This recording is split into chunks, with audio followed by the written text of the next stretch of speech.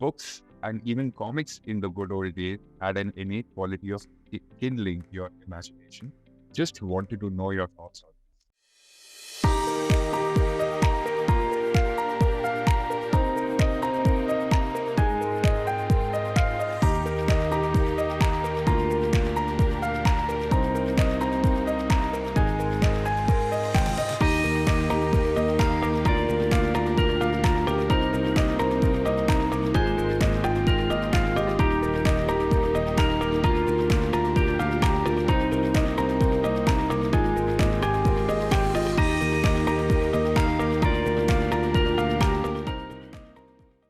First question from Dr. Sanali Bhattacharya. What experiences and processes do need to be quantifiable if they are need to be assessed and put on report cards? So how do you go about this? Yeah, I think there are two ways. So again, say if we assume quantifiable means it is GRF, that is not right either. Correct. So for example, one of my biggest challenges over the last 6 months has been to try and explain to undergrad admissions office in the UK how students get 99 in English and right. Well, does their 99 equate to the 70? Right. So I mean, jokes apart, that's one side. I also strongly feel that it's a lot of times, at least in my time when I was still growing, and I was going to school, the report card had both a qualitative and a quantitative side. Correct. While you had scores and how much you got in the exam, there were also comments and observations that teachers made of how you kind of took part in class or how you contributed to discussion. Like mine would always say, does okay, but is extremely confident. And there was room for the qualitative to come into the report card as well, is what I'm trying to say. So can we do a little bit of that? So while you document how students are willing to take risks, engage in non-academic, right? The problem is if you make it quantifiable again, it becomes another element of the scorecard. So we've experimented with this, right? We have experimented trying to bring physical education into the report card. What happened? It also got down to, can you get a 90? Can you get a 90? What can I do to get the highest? It became less about staying fit. It became less about integrating fitness into our life. It became more about what can I do? Something similar happened with, I think ICSE used to have something called SUPW, Social Useful Productive. Correct. And I remember going to school when I was an ICSE student. SUPW reports were written in the last 2 days because they had to be written. Right. So much for social change. I mean, right. So I think if we make it quantifiable again, if we make it to the report card again, I think we are falling back on the same issue. I agree with you. There are ways to kind of document it. Yes, because I think all things need to be documented. Right. But I don't think we should make that the only core. That shouldn't be the guiding principle or the foundation around. Right. So I hope that answers your question. Thanks. There's another question. How to change the mindset of Indian parents when it comes to video games? They always say no. Yeah, that'll take time. It will take time. You will have to, what do you say? The onus also lies on the students and the children as much as on the parents. Correct. So sometimes you might find that parents may not open up and talk to you about it, may not allow you to play. Correct. On the other hand, is there a way that you could reach out to parents and tell them, hey, I'm going to do this, and I'm only going to do it for this much time in a day. Can I also do other things? Is there anything else I can do to kind of balance this? So, for example, I failed at this as a child growing up, which is why they sent me off to boarding school. But later on, I mean, when I did come back and when I did my master's and PhD, I mean, a lot of that research and a lot of that work was done actively playing games around all the time. But I still managed to make the whole process productive, right? So I think as students, we are smart ourselves. We need to figure out what we want from it. Okay? If we're going to play games just for that like half an hour, 45 minutes in a day, can we tell our parents and tell them that, you know, this is the period that we're going to play and stick to that kind of hourly contract if you're okay? If we go the other way around and tell them, excuse me, this is not something I mean, I'm going to play games, is that okay? And then spend probably all of your Saturday playing games. Then it's always going to be. So it's a balance, I guess, where both the parents and students are equally account. Uh, um, how do you make that balance? I think is the dynamic of family, right? How do you figure? We've done it with TV, right? We've done it with computers. We've done it. We're doing it in Netflix now. I'm sure we can do it with video games. It's just that how do you navigate? A question from Mr. Sirapani Prasad, a very regular audience member for WishwaTalks. Thank you, sir, for being here. I could appreciate the merits of what you have conveyed. Does it lead to pulling away children from the habit of reading books? After all, the world has seen the greatest of innovation and creativity through the ages in all spheres of life without computers, leave alone video games. Books and even comics in the good old days had an innate quality of kindling your imagination. Just wanted to know your thoughts on it. I don't think it has to be one or the other. It can be both. And I think that's where the element. So what I really like, for example, the element where you talk about imagination and storytelling, right? So these are precisely what video games are doing as well.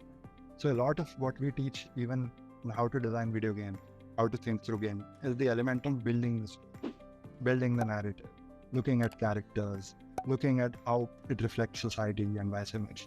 Okay, so that part hasn't really changed from, say, writing the novel.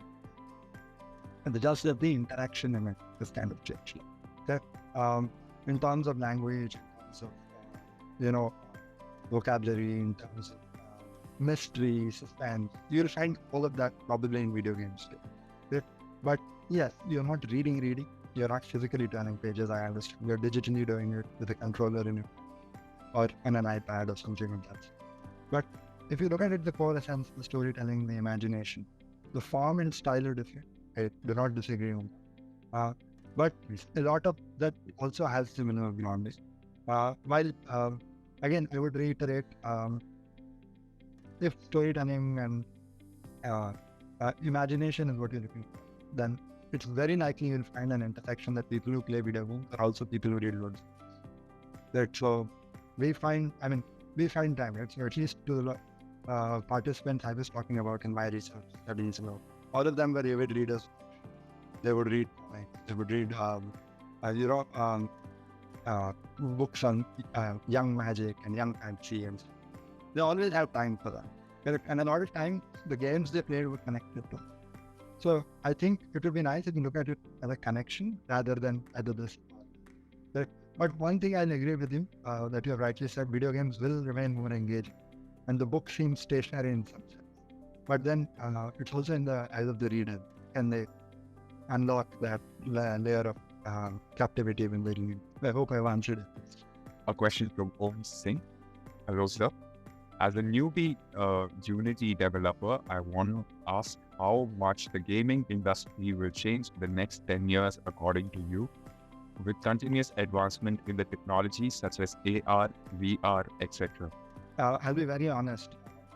This is something we are extremely engaging with right now. They're looking at how the gaming industry will kind of change in the next 10 to 15 years, because a lot of it also changes the way we are telling stories. At least in the West, we are beginning to see projects happening where we do not see filmmaking different from game making or interactive entertainment. No. So we're seeing all of those kind of combine and come together.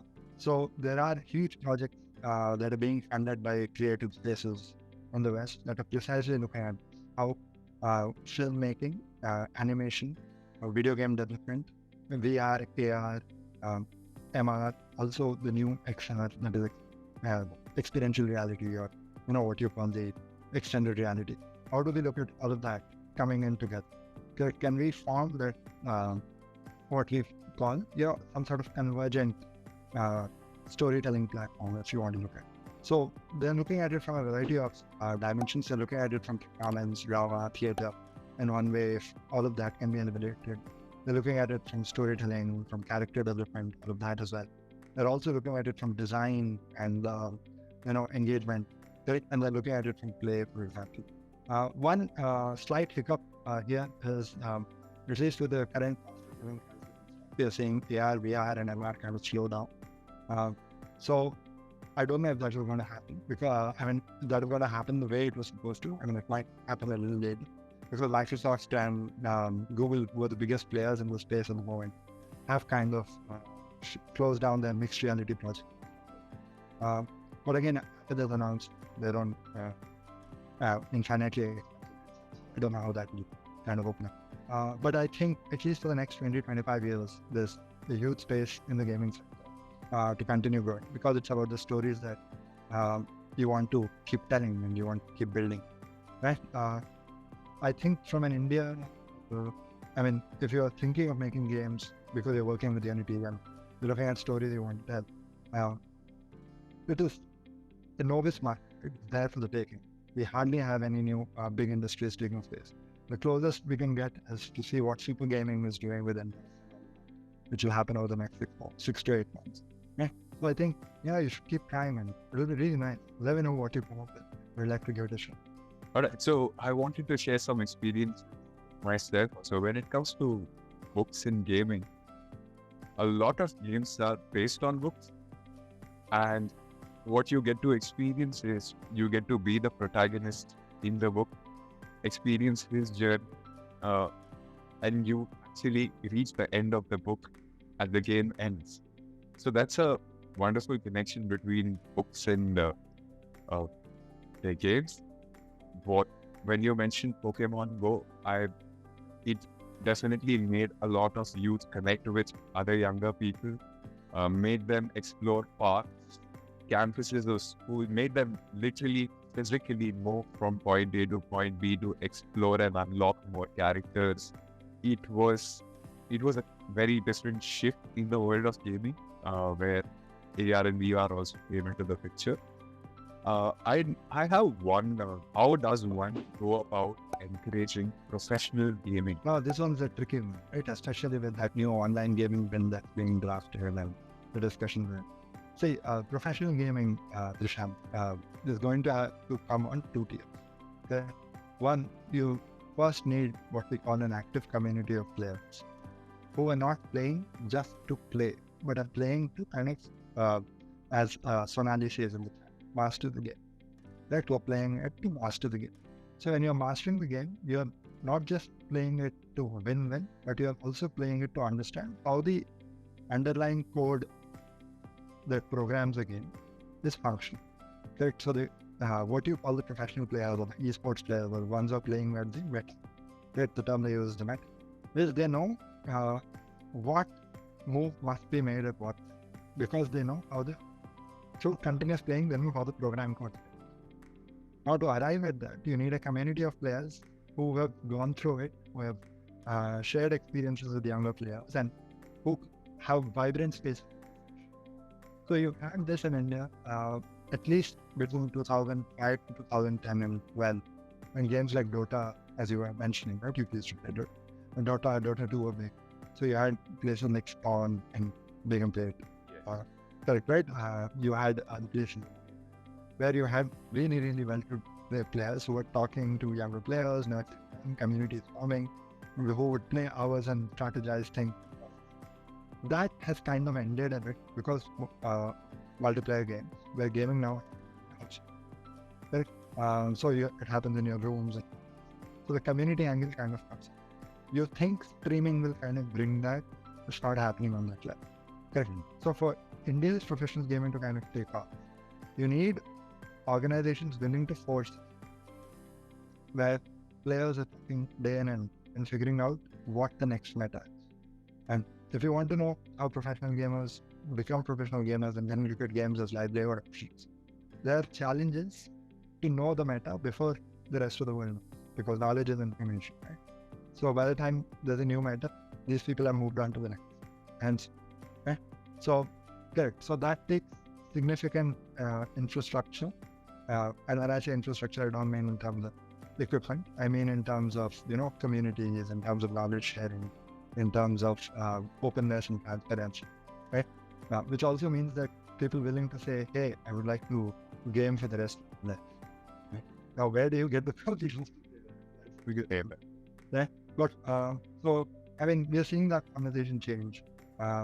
I think maybe in the next 5 to 8 years, we'll have to figure that out. The Valorant community has been quite, right? And we're seeing that's changing. So I don't know if it will lead to something new, but it will be a journey worth it.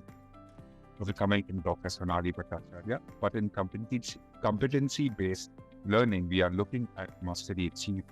It is a descriptor-based parametric evaluation. All the skills you mentioned can still be measured. Yeah, I don't disagree on. Of course, I mean, no matter how difficult an element can be, you could draw a scale or a rubric and end up measuring it. Okay?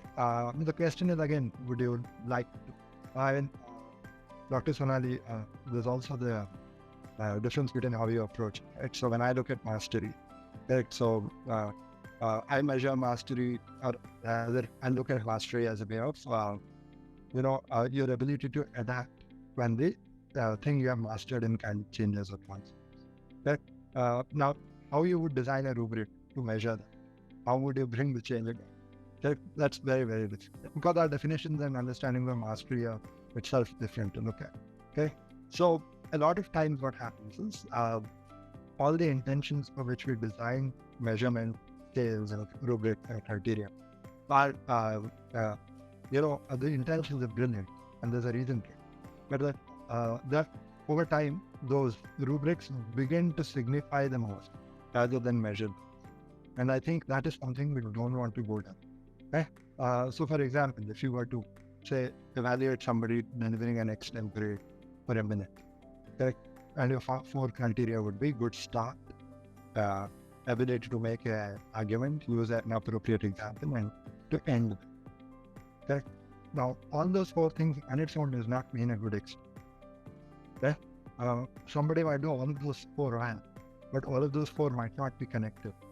So how do we look at something? So that's the one thing I'm only. Of course, we will always have measurement criteria.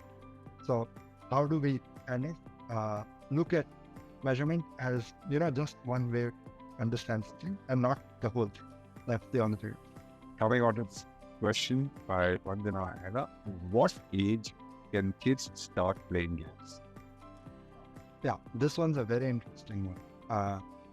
I would say probably after 6 or 7 years, not before that, which is a little difficult considering most of the prepubescent kids are generally, with an iPad in hand. Right? Now, when I say this, when I say 6 or 7, I'm looking at it in the sense that they need to know or be able to understand what exactly the game is offering. Right? So you want to be careful because you do not want their lives to be internalized with games right from there. Because then I do not know if they're able to critically question games. Right? So probably if they come to games a little late, where they're able to process and kind of understand what is it that the game wants, they are at a better position than just wondering. Of course, we don't have answers to these questions. What's the right age?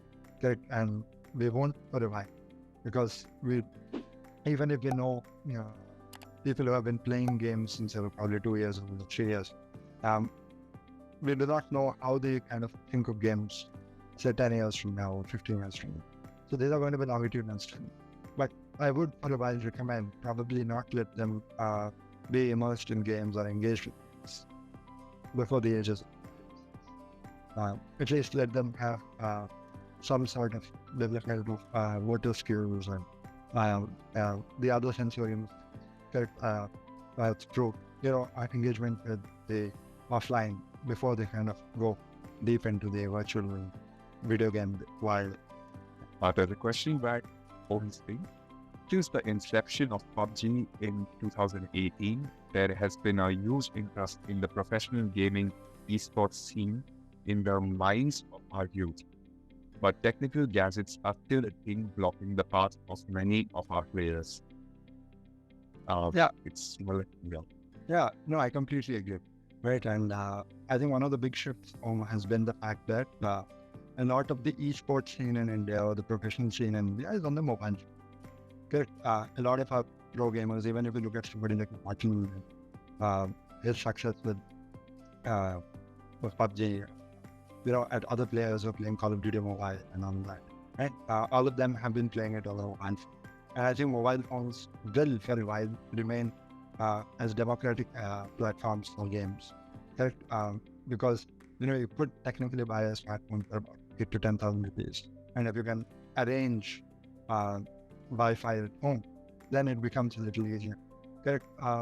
But I don't see that the gadget problems, correct? So I think for a country like India, if we want to look at pro gaming at the moment, and we want to tap into the wide mobile gaming base that we have, mobile is correct. So PC gaming, I don't know if we are there for that professional level yet, because the costs there are significant. Similarly, on console gaming, I do not know if we have the right community. So yeah, I think you're spot on. PUBG is where it is, or we can.